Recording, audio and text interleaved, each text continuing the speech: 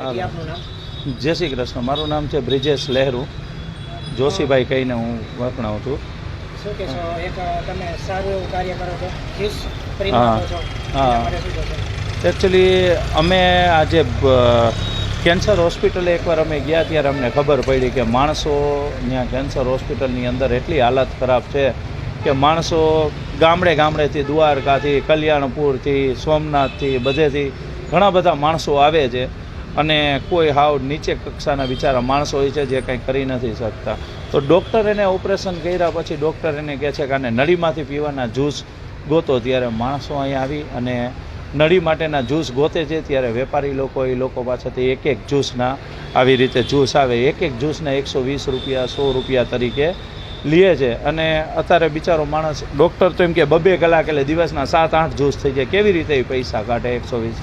ત્યારે મને એવી લાઇટ થઈ કે આપણે પણ એક એવું કાર્ય કરીએ કે આવું જ્યુસ આપણે ફ્રીમાં ને એવું ચાલુ કરીએ કે માણસોને આટલા બધા પ્રોબ્લેમ છે તો આપણે થોડાક તો એને હેલ્પફુલ બનીએ. એટલા માટે મેં બધા જ્યુસનું ને એવું બધું ચાલુ કર્યું. તો બધા જે નળીમાંથી પી શકે એવા બધા જ્યુસ અમારે ત્યાંથી મળે. જેવી રીતે પાલકનું જ્યુસ છે, ટમેટાનું જ્યુસ છે, બીટનું છે, ગાજરનું છે, દૂધીનું છે, પછી બીટનું છે, મગનું પાણી, દાળનું પાણી, ચોખાનું પાણી, તુવેર દાળનું પાણી, દૂધ છે, ખીર છે, આ બધાય જ્યુસો અમારે ત્યાંથી 24 કલાક તમને ફ્રીમાં મળે. કોઈ પણ ચાર્જ દેવાની જરૂર નથી. અને અમે લોકો આ સંસ્થા અમારા સાથે જ ચલાવીએ છીએ કે અમે કોઈ પણ માણસનું ડોનેશન લેતા નથી. અને કોઈ પણ માણસ પૈસાદાર હોય, દાખલા તરીકે પોરબંદર નામના થોડાક દિવસ પહેલાં મેયર આવ્યા હતા, એ કે અમે તો કરોડપતિ છીએ ભાઈ, અમારી પાસે પણ જ્યુસના પૈસા અમે કેપેબલના નથી લેતા. ને એવું નથી કે અમે હોસ્પિટલ માટે જ છીએ. અહીંની કોઈ પણ પ્રજા, કોઈના ઘણા ગઈઢા મા બાપ હોય જે પી નથી શકતા, તો ઘણા માણસો આવે, ખીર આપો ને, તમે દૂધ આપો ને, જ્યુસ આપો ને. એ બધા અમારા જે જ્યુસ છે એની અંદર કોઈ પણ પ્રકારની મિલાવટ અમે કરતા નથી, કારણ કે ફ્રીમાં દઈ છીએ એટલે તમે સમજી ગયા છો.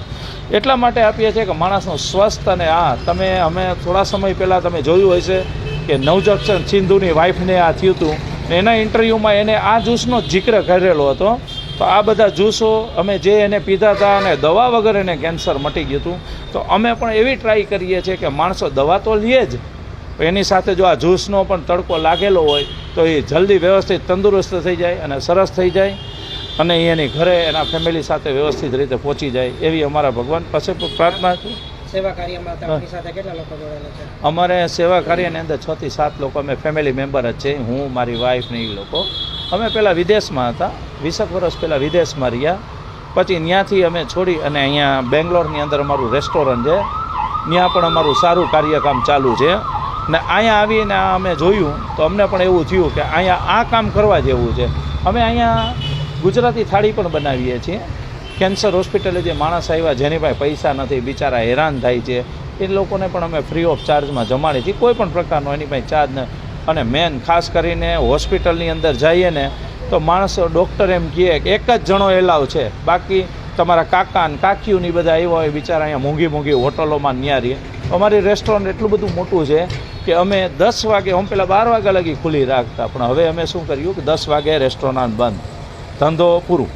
હવે જે માણસો આવે ને એટલે અહીંયા ગોદડા, ગાડલા, ઓશિકા ને એવું બધું ઝાડુ પોતા મારી અને એ લોકો માટે પાથરી દઈને એ લોકો સૂઈ જાય. સવારે 8 વાગે ને 7:30-8 વાગે એટલે અમારો માણસ 7 વાગે એને બધું ચા પાણી ને એવું બધું પીવડાવીને વયા જાય. લોકો આમ તો 6 વાગ્યામાં જ વયા જાય છે, પણ એ નાય ધોય, સંડાસ, બાથરૂમ, આ તે બધી સુવિધાઓ અમારી પાસે છે.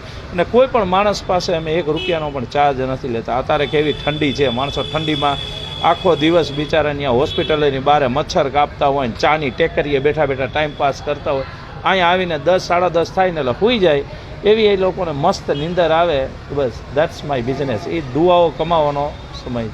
આપણે જ્યુસ છે, આપણે ક્યાં દેવા જાવ છો? અમે નાથાલાલ પારેખ ત્યાં છે, ત્યાં જઈએ. શિવમ હોસ્પિટલ છે, એ બધા જ્યુસ છે. અહીંયા પડખે સ્ટર્લિંગ હોસ્પિટલ, ત્યાં બધે જઈએ છીએ. અમારે કોઈને આપણે જ્યુસ જોતું હોય તો અહીંનું એડ્રેસ આપનું?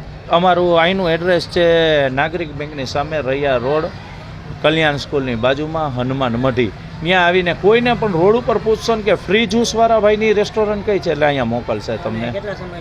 અમે 3.5 વર્ષ થઈ ગયા સાહેબ, ને આખો દિવસ સાહેબ 24 કલાક. રાત્રે 2 વાગે તમે દરવાજો ખટખટાવો તો માણસો અહીંયા સૂતા હોય એ ખોલીને તમને જ્યુસ આપશે. અમે 10 વાગે ને એટલે બનાવી બધા જ્યુસને ફ્રીજમાં રાખી દે. એમને ખબર જ છે કે રાત્રે માણસો આવશે. માણસોને શીખડાવેલું છે ને ઘણા એવા માણસો છે કે રોજ 2-3 જ્યુસ પાવાના હોય તો હવે કસ્ટમર પણ સમજી ગયા કે ફ્રીજમાંથી આપણે જોઈ કાઢી લેવાના. અમને પણ પરેશાની થતી નથી. માણસો આવીને એની રીતે કાઢી લઈએ. કેમ કે એને તો 15-20 દી લગી અહીંયા હોસ્પિટલમાં જ રહેવાનું હોય, મોઢું કાપેલું હોય ને એવું બધું.